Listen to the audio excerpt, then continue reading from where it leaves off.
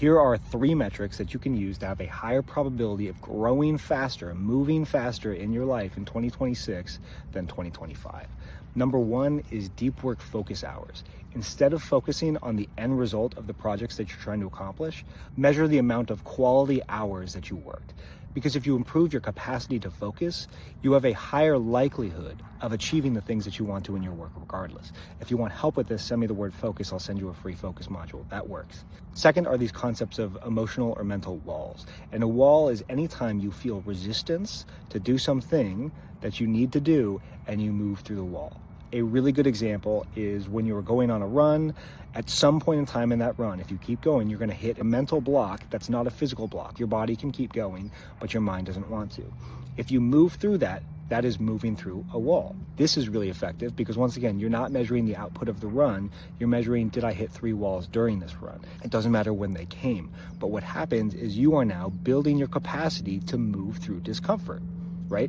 And same thing as the focus hours. If you increase your capacity, your competency in moving through discomfort, you have a higher likelihood of hitting other goals. If you want to run a marathon and you're really good at moving through those mental walls, when the race day comes up, you may have a higher probability of running a better race than someone who's technically or physically more fit, but crumbles at the first feeling of pain. When the reality is their hip isn't an injury, it's just discomfort and they can't move through that.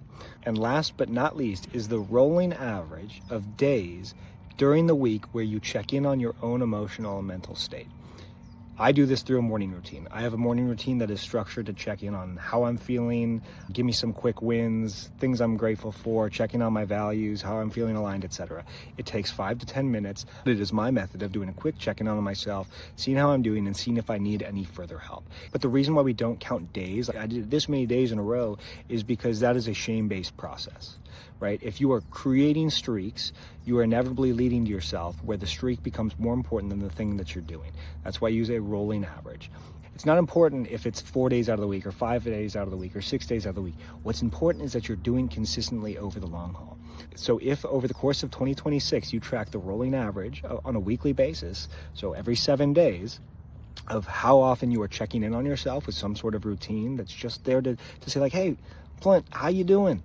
You okay? You not okay? What's going on? Do you need help? Do you not need help?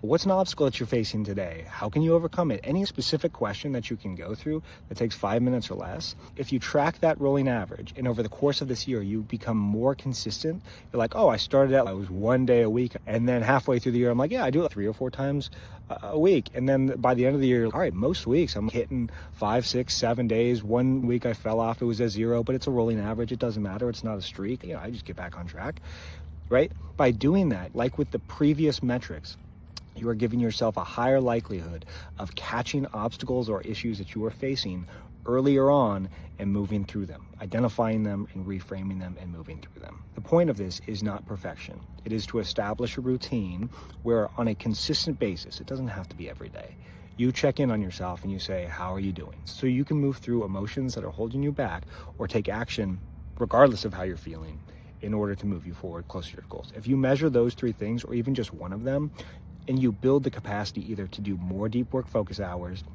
move through emotional discomfort, and take care of yourself, 2026 is going to be a great year.